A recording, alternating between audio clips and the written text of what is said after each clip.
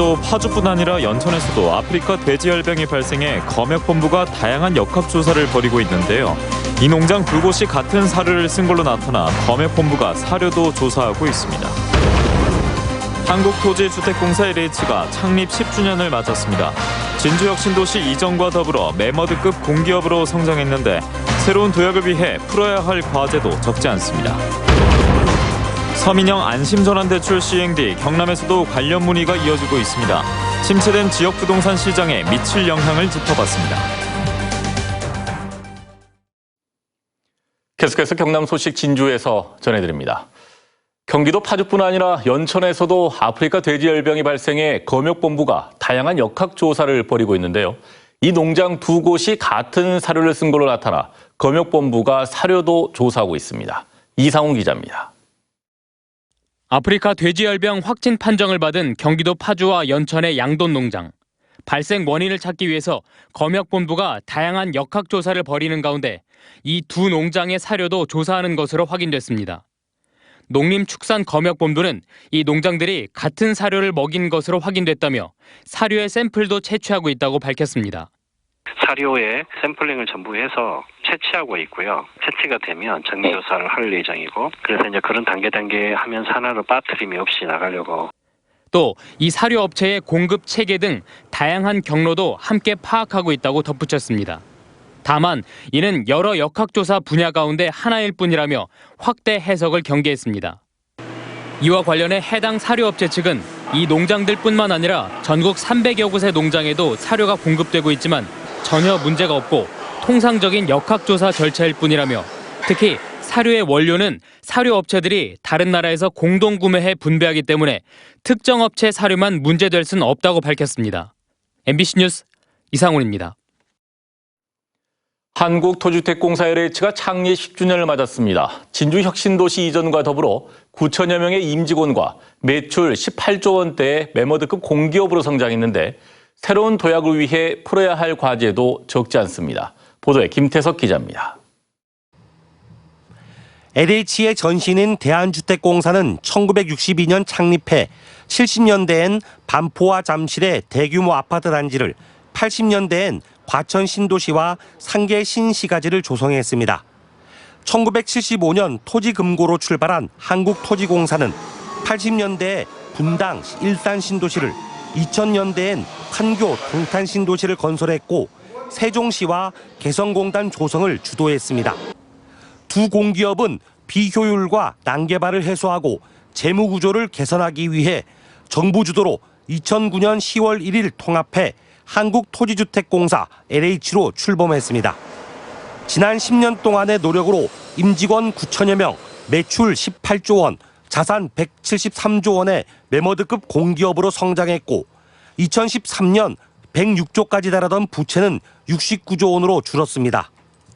특히 2005년 경남 혁신도시로 본사를 이전한 뒤 지역 경제와 일자리 창출에 기여하면서 국토 균형 발전에 한몫을 하고 있습니다.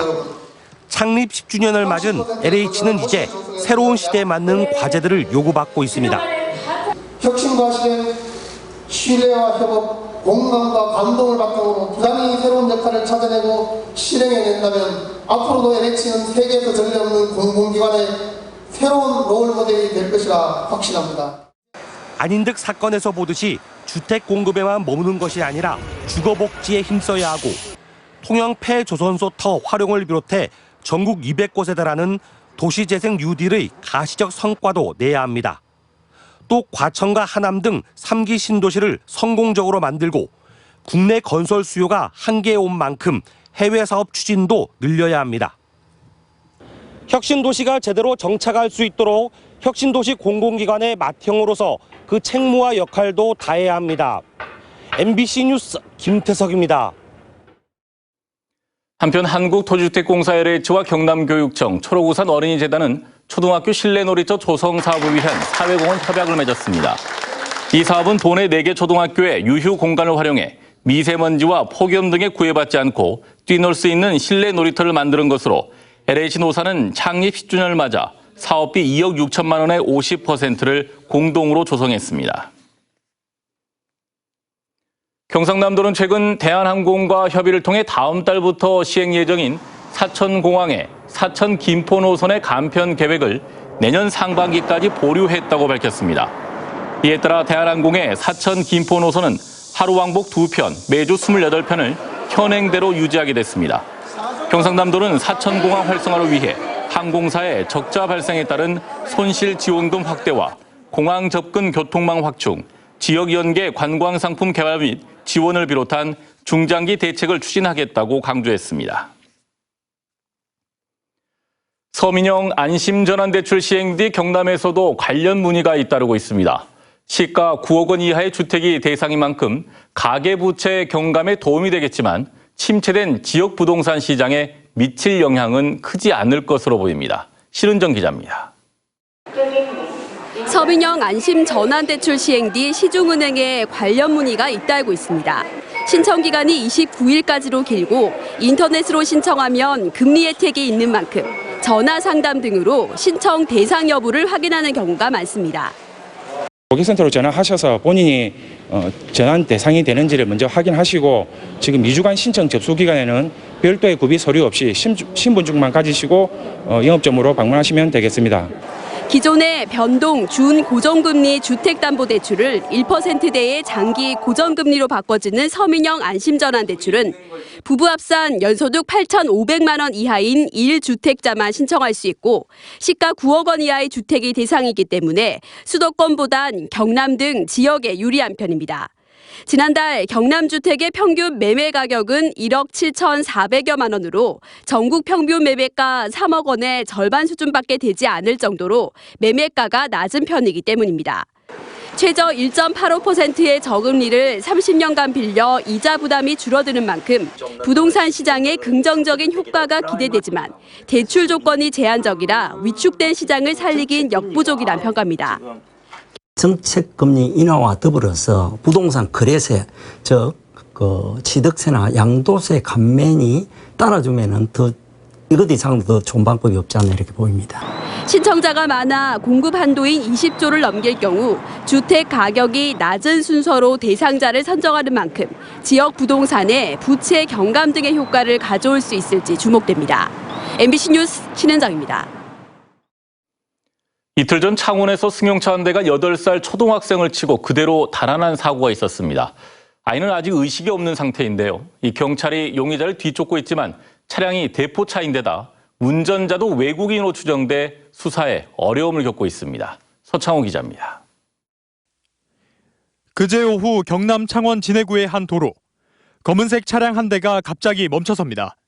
운전자가 내려 이리저리 살펴보더니 곧바로 차를 타고 달아납니다. 8살 초등학생을 치고 아무 조치 없이 도망가는 겁니다. 헉소리 나서 밥 먹다 말고 나가니까 애는 누워있고 사람들이 저 도망가는 한 길에 이 앞에 까만 차가 대져 있더라고요. 맞아. 진짜 겁나게 달리는 거예요. 경찰은 용의자를 쫓고 있지만 수사에 난항을 겪고 있습니다. 해당 차량이 실제 운전자와 등록된 명의자가 다른 일명 대포차인데다 용의자가 외국인으로 추정되기 때문입니다. 알려줄 수 있는 부분 아까 대포차라고 보는 부분하고 부채될 가능성이 많다. 이 사고로 머리를 크게 다친 초등학생은 부산의 한 대학병원에서 치료를 받고 있지만 현재 의식이 없는 상태입니다. 멀리서 사고 현장을 목격한 아버지는 자책감에 정신을 차릴 수가 없습니다. 생업도 접은 채 아들 곁을 떠나지 못하고 있습니다. 애가 쓰러져 있길래 뛰어갔는데 가까이 가보니까 저희 아들이더라고요. 꿈 같았어요. 아무것도 생각도 안 났고 그래서 고함치고 옆에 사람들한테 구조 요청하고. 피해 아동의 아버지는 땡손이범을 꼭 잡게 해달라며 청와대 국민청원 게시판에 글을 올렸고 4만 명 가까이가 동참했습니다. MBC 뉴스 서창호입니다.